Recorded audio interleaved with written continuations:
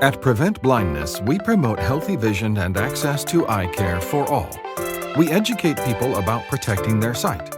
We advocate for strong vision policies at the local, state, national, and global levels.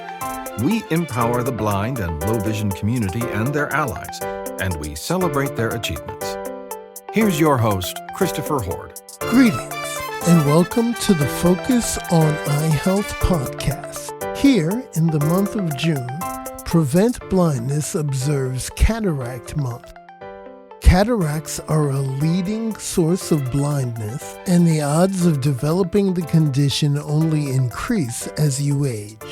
We'll give you more information about this condition and tell you where to find more resources about it. Additionally, we will be speaking with Ashley Manjan, an advocate for the blind and low vision community who has dealt with cataracts as well. Also, with America's 250th anniversary coming up, we talk about fireworks and eye safety, plus additional news and information of interest to the blind and low vision community.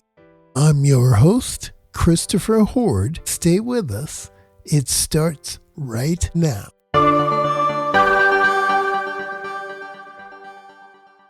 News. Prevent Blindness observes June as Cataract Month. Cataracts are one of the leading sources of blindness. The chance of cataracts increases with age. By age 80, almost half of Americans will experience cataracts. However, the condition can exist in young people and even in newborns. This is why Prevent Blindness observes June as Cataract Month. We invite you to visit our website, where we have created a special web page of useful information about cataracts. The page contains information on what cataracts are and how they form. It helps outline symptoms and helps you understand whether you're at risk. It also contains information on treatment options. If you feel you may be experiencing cataracts, if you have a family history of cataracts, or if you simply have a friend or a loved one dealing with the condition, Prevent Blindness is a source of information that can help you deal with this challenging situation. Once again, we invite you to check out our webpage at our website, preventblindness.org, or click the link in our show notes. Prevent Blindness invites you to experience a unique theatrical event. For listeners who are in the Washington, D.C. metro area, Virginia, or Maryland, among other areas, Prevent Blindness invites you to a unique theatrical event. The event is titled The Vision Monologues. It is written by Janetta Price, a proud blind advocate, poet and author, and a program manager at Prevent Blindness Aspect Program. The piece is a mixture of advocacy, storytelling, and performance. It features a cast drawn from the blind and low vision community, along with monologues based on the experiences of blind and low vision people. The show will also reflect the perspective of our allies as well. The show will take place on June 8th at 8 p.m. at the Roundhouse Theater in Bethesda, Maryland. For more information and to purchase tickets, check out our events calendar at our website, preventblindness.org, or follow the link in our show notes. Special guest. Today on our episode, we have a guest with us, Ashley Manjan. Ashley is a person who has dealt with cataracts in her vision journey and has had a success story with that, and is also a person who is active in being an advocate for blind and low vision community. Ashley, welcome to our program. Thank you. Thank you for having me. My pleasure. Now, please tell us a little bit more about yourself, a little bit about what you do, first of all. Yeah, so I mean, my career, I'm in banking. I started right out of college, and then I'm involved in several organizations, including the Prevent Blindness Ohio affiliate. I sit on the Miami Valley chapter board and the state board for Prevent Blindness. All right. Thank you very much. Now, I understand that you have had a lifelong journey relating to eye conditions and especially relating to cataracts. Can you tell us a little bit more about that? Yeah. So I was born blind because I was born with cataracts in both eyes. And they caught them super early comparatively because I was also born with a twin sister. So I had them removed at 1.5 months and 2 months old. They did each eye separately. And then later, when I was 13, as a result of that surgery, I got diagnosed with secondary glaucoma. Um, and then even later, in my early 20s, right before I got married, I regrew a cataract, which wasn't something I knew was possible until it happens.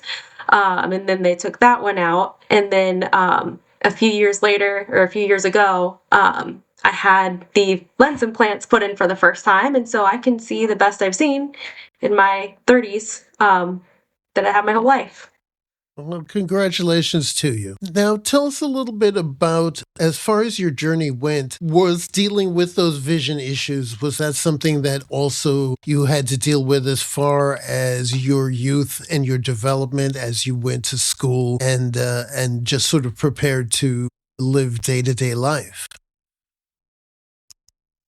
I think the hardest part was the glasses I had to wear because when they took the cataracts out when I was a couple months old, they didn't put lenses back in my eyes. So the glasses I had to wear growing up were like super thick Coke bottle bifocals. So that made things hard because you could only see straight in front of you, but you could still see. When I switched over to contacts, that helped a lot, but it didn't really impact any of my development or education because I could see well enough to do all of that.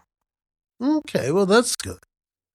Now, you mentioned that you work with the Ohio affiliate of Prevent Blindness. Can you tell us a little bit more about your role there? Right now, I'm the board chair for Miami Valley, so I help with a lot of the fundraising efforts. We just had our Person of Vision celebration, our annual fundraiser. Tony Hall was our speaker, and it was a great event. We had a lot of great support from our greater Dayton community. But then, aside from that, I'm also a vision screener, so I go to different community events and I'll do vision screening for folks who maybe haven't had their eyes checked in at least a couple years, or maybe they don't have access to getting to an eye doctor. We try to get them screened and into our programs. Okay. Now, what sort of places do you go to reach out to people to do the vision screening? We work with primarily community health fairs. That's where we do most of our screenings at, but we'll also attend community events and set up tables. And sometimes we'll also receive direct referrals from partner organizations in the area that maybe have someone they've identified as potentially having a vision issue. Okay, great. And are there any things coming up with the affiliate chapter that you'd like to make our listeners aware of, or how to contact or get in touch with the organization? I think the best thing to do is to probably find us on Google. If you look up Prevent Blindness Ohio, it'll have a list of all of our resources. Prevent Blindness Ohio has a lot of specific access points for different resources within the state itself. I would say if you are not an Ohio resident, you probably would want to go to Prevent Blindness America for more accurate resources to your area. Certainly, yeah. All right. And I guess outside of that, tell us a little bit about what you've learned in your journey, things that might be relevant to other people who are dealing with issues with cataracts, but also just people who are friends and allies who always, as we know, wonder kind of what our experiences are like. What can you tell them? I think the most important thing is to go to the eye doctor on an annual basis. A lot of people think that cataracts and even glaucoma are diseases that happen when you're older. And Obviously, I'm someone who's quite a bit younger who's experienced both of those eye diseases. And so I will say, too, in my experience, the earlier they're caught, the more treatable they are and the less impact they'll have on, potentially limiting your ability to live independently and get around or have to make significant changes with your life. That makes great sense. Are there any issues or concerns, things that you work with or work for that you would like to mention that we haven't touched on? When when the cataract that I had in my left eye regrew, that one probably caused the most impact in making work difficult just because it was really hard to look at a computer screen for a good portion of the day until I had it removed. It almost whited out the screen or where like the bright lights were. And I had to advocate to have that removed because my glaucoma doctor at the time was really anti-surgery because he didn't want trauma to the eye because the glaucoma was so well controlled. And so I had to really push to get that done because my point was if I can't see with the eye anyway, what's the point of taking the eye drops? And I'm glad I made that push. It's definitely very important to advocate for yourself and to be aware of your conditions when you're dealing with your healthcare professionals. Now, Ashley, I understand that you are a member of the Aspect program. Are you a current member, or when were you involved? So I was in the most recent cohort that finished up at the end of the year. Oh, okay, very good. And tell us a little bit about that. What did you learn, and what do you think you took away from that that'll help you going forward? So I really appreciated the Aspect program. It was really insightful, and I think the most insightful part of that whole program was getting to hear all of the stories from everyone who was a part of it with you, and kind of getting to learn from their experiences and how they got involved in the Aspect program and how they advocate for either prevent blindness or for the blind and visually impaired community. Okay. And based on your experiences, is this something that you would recommend to other members of the community, and people who are interested in advocacy? Yes, I think it's a great program, especially if you're interested in learning how to advocate, because they do structure the program in such a way that you learn how to tell your story and you learn how to make it impactful. And you also learn how to tailor it and maybe adjust it based on the audience that you're speaking to. Yeah, I certainly noticed that you've gotten across your story in a very concise and clear manner. Thank you. Thank you for being a guest on the podcast, Ashley, and thank you for your great work with Prevent Blindness Ohio. Thank you.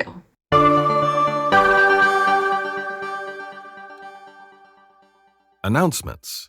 Prevent Blindness reminds you to practice fireworks safety for this 4th of July holiday.